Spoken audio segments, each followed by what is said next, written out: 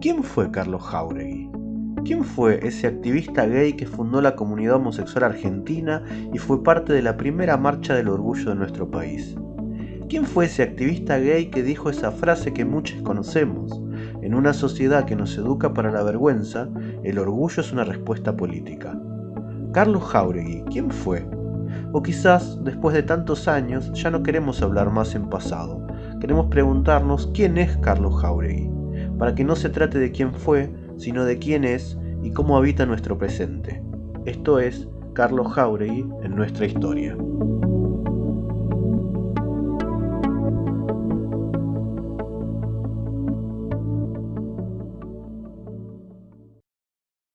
En este tercer episodio queremos recuperar algunos aspectos de la vida de Carlos en La Plata y su tránsito por humanidades. Veamos ahora quiénes participan.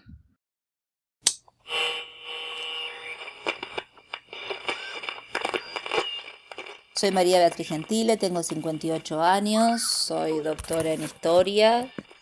Me recibí en la Universidad Nacional de La Plata hace ya más de 30 años. Vivo en la provincia de Neuquén y soy docente investigadora de la Universidad del Comahue. Desde el año 2014 soy decana de la Facultad de Humanidades. Tengo también una trayectoria en la militancia de derechos humanos y militancia política, que nunca dejó de formar parte de mi propia actividad docente y de investigación. Hola, soy Luis Illanes y le estaré poniendo voz a las palabras del profesor Alfredo Triana. Mi nombre de pila es Alfredo Antonio, mi apellido Triana. Nací en La Plata en 1955, me gradué como bachiller en el Colegio Nacional de La Plata y luego en Historia en la Facultad de Humanidades y Ciencias de la Educación de la UNLP. Soy padre de 2 hijas y reafirmo mi condición de argentino por latir con las problemáticas del país desde mis 14 años. Yo soy María Cristina González, Pochi para todos en realidad, y estudié Historia en la Facultad de Humanidades de la Universidad de La Plata. Comencé en el año 68 y terminé el julio del 73, me recibí. Desde el año 72 trabajaba ad honorem como referencista en la biblioteca del Departamento de Historia de la Facultad de Humanidades. A Carlos Jáuregui lo conocí de muy chica, de más chica, justamente en La Plata, porque ambos, junto con mi hermana y junto con Roberto Jáuregui, veníamos de familias muy católicas, participábamos de lo que era toda la pastoral y las actividades de la parroquia San Pablo en la ciudad de La Plata, donde además de compartir lo que era el armado de las canciones para las misas y la incorporación de en esa época las parroquias, no sé si esto seguirá siendo así, pero tenían estos ámbitos para jóvenes o adolescentes o para niños, las catequesis, encuentros los días sábados, es decir, había una sociabilidad dentro de la pastoral parroquial que nos congregaba. En el caso de los hermanos Jáuregui también compartimos algunas veces compartíamos la vuelta cada uno a sus casas, porque teníamos una trayectoria, una parte del camino que hacíamos juntos. Y este recuerdo también tenía que ver con que el papá de Carlos era abogado y era también conocido de mis padres, por lo tanto había una cierta, no digo amistad, pero sí cercanía en el conocimiento, ¿no? de ambas familias. Después, cuando comienza la dictadura del 76, este ámbito se corta. Yo sigo participando de la parroquia, pero ya a Carlos no los vemos más, ni a él ni a su hermano. Entiendo que también él había entrado a la universidad.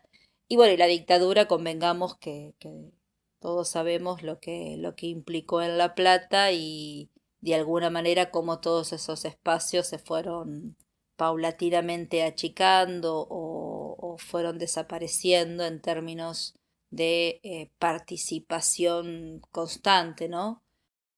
Recuerdo a Jáuregui en cuanto a los comentarios que había sobre él. Yo estaba muy presente por la actividad que desarrollaba en el departamento de historia, en contacto con los alumnos de historia. En realidad debería decir alumnas, porque en general éramos más las mujeres las que estudiábamos historia.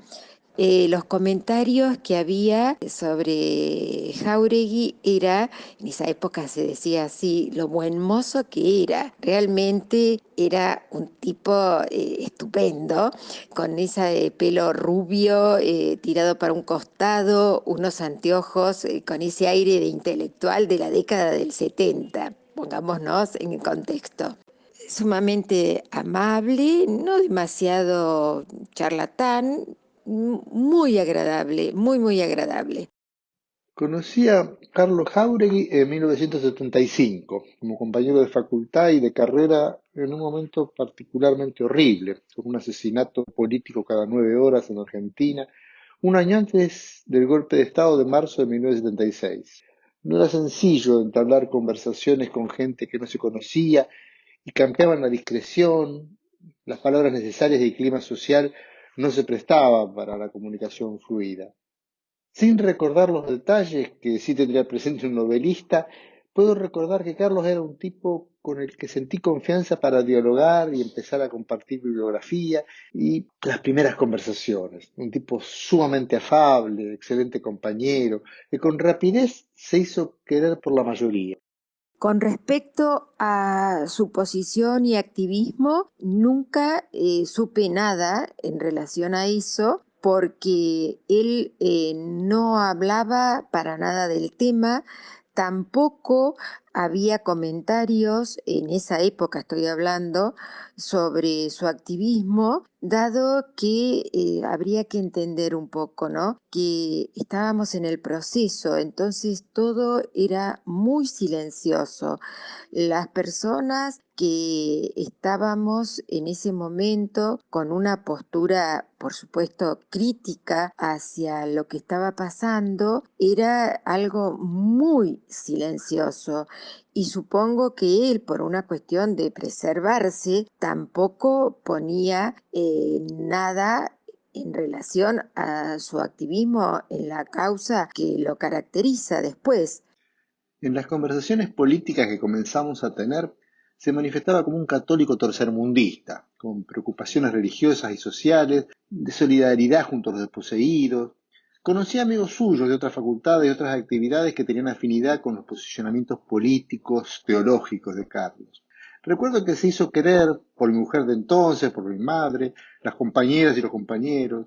Fumaba cigarrillos negros fuertes y cuando ameritaba la ingesta de alcoholes duros como la ginebra y el vodka. Yo vuelvo a saber de Carlos justamente a finales de la década del 80, comienzo de los años 90.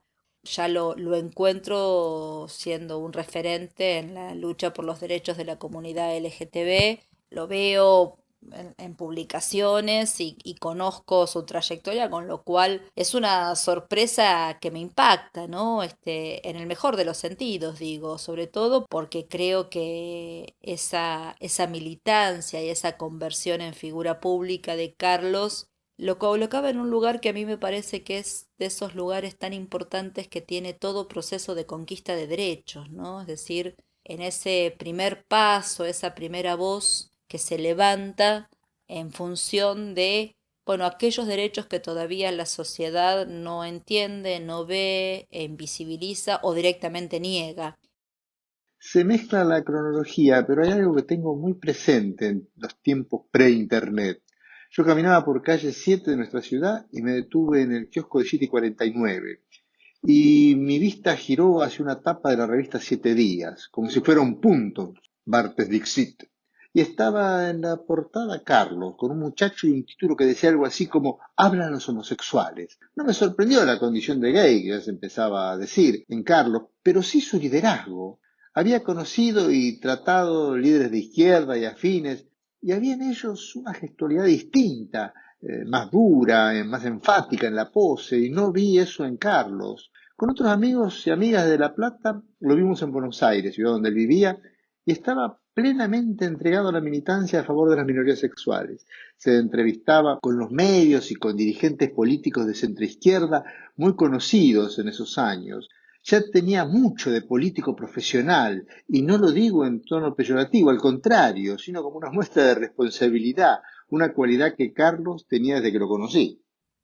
Con el tiempo, digamos, la idea esta de reencontrarlo como figura pública fue, por un lado, me llenó de cierta emoción, ¿no? Porque, bueno, porque es alguien que de golpe es famoso y uno lo conoció de chico, entonces como que hay cierta afectividad que vuelve, pero también me pareció que era una situación de riesgo importante, porque no solo por lo que implicaba lo que fue el final de la década del 80 y los años 90 con la aparición de los estragos que estaba haciendo el virus del SIDA, sino también por todo lo que implicaba en una sociedad como la Argentina, que recién empezaba a poder mirarse en el espejo retrovisor y pensar si lo que había hecho o no había hecho en función de los crímenes cometidos por el terrorismo de Estado, es decir, estábamos en un contexto sociopolítico de reconocimiento de ciertas cuestiones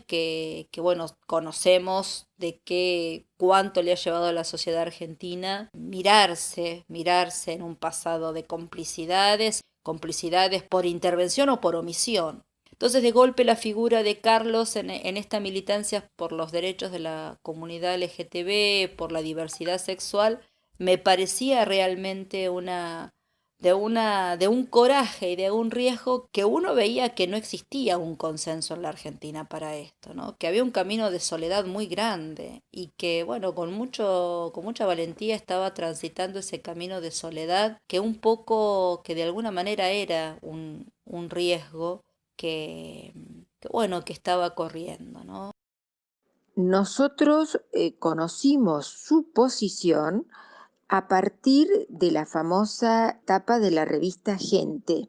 Recuerdo los comentarios y burlas, por supuesto, típicas de la mirada machista de esa época, que tuvieron algunas personas que estaban en ese momento en el departamento de historia. Impactó mucho, así entre los alumnos, un poco también estas palabras típicas de la época, pero ¿quién lo hubiese pensado? No parecía, no tenía ningún ademán. Bueno, todos los preconceptos que en esa época eran sumamente comunes y era muy difícil para algunos sostener la amplitud de criterio, porque donde vos planteabas alguna amplitud de criterio en un montón de cosas, ya te ponían como que, bueno, podía ser un subversivo. Entonces, no era fácil poder exponer tus ideas en esa época. Pero no obstante, fueron algunos los que les pareció, bueno, sí, ¿qué pasa? Nada, está bien. Como que se aceptó sin ningún problema su elección y su defensa, por supuesto, del grupo de pertenencia. Cuando a fines de diciembre de 1990 el titular del Poder Ejecutivo Nacional de entonces decretó los indultos, se armó de inmediato una movilización gigantesca de repudio que confluyó hacia Plaza de Mayo, con gente de todos lados, movilizaciones en el interior. Aún no había teléfonos celulares, así que algo tan rápido tuvo mucho de espontáneo. De La Plata fuimos muchos los que desde la estación de 1:44 salimos para la Plaza Mayor. Una multitud. Y en un momento en la tarde, con un par de amigos, como podíamos, intentamos recorrer la plaza. Y sobre la caja de una camioneta, supongo, su figura emergía. Con una bandera y vestido con remera y bermudas, saludaba a gente que mezclaba las puteadas al indulto con saludos a él.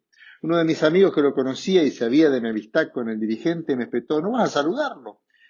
Pensé unos segundos y le dije: no. Carlos era un tipo con plena conciencia histórica y sabía que estaba saludando para el altar de Clio. Su muerte realmente me apenó muchísimo, me generó una sensación de riesgo porque tanto Roberto como Carlos eran muy jóvenes y en ese contexto se estaban también muriendo muy jóvenes, ¿no? No solo ellos, uno recuerda también, yo al menos lo tengo asociado también a la muerte de algunos líderes del rock nacional en la Argentina.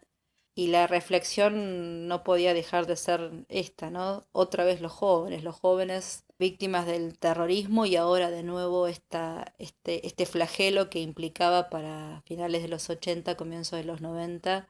Un flagelo que era, por un lado, tenía que ver, sí, con un virus, pero básicamente también tenía que ver con sociedades absolutamente excluyentes, discriminadoras. Lo vi algunas veces más antes de morir, unos años después, y cuando pienso en él me viene mucho de su mirada triste cuando estaba en pausa, en medio de una conversación. Le saluda a la en la Plaza de Mayo. Hizo suya la lucha de las minorías sexuales, pero con ello puso un gran escalón, no solo en ese plano, sino en la pelea que viene desde el fondo de los siglos entre los opresores y los oprimidos. Yo creo que la reivindicación de una figura como la de Carlos Jáuregui para pensar y construir una universidad donde rija la plena vigencia de los derechos humanos es fundamental. Y es fundamental porque si uno piensa en la ciencia, en la producción de conocimiento, en el debate crítico, en lo que hace al quehacer fundamental de la investigación, de la docencia, de la producción, de la extensión universitaria, bueno, siempre dijimos que la primera pregunta, la primera idea, el primer debate es aquel que, bueno, capaz de romper el status quo, ¿no? A mí me parece que la militancia de Carlos Jáuregui por los derechos de la comunidad LGTB, por los derechos de la diversidad sexual, es de alguna manera una primera pregunta, es de alguna forma un primer grito, una primera idea. No porque él sea el primero en términos de la lucha histórica en la Argentina, pero sí fundamentalmente porque fue esa primera voz que pudo, me parece, romper en una comunidad, y sobre todo arrancando de una comunidad como la platense, ¿no? Una pregunta muy crítica del status quo, muy forjada en este riesgo que implica, bueno, dar el primer paso.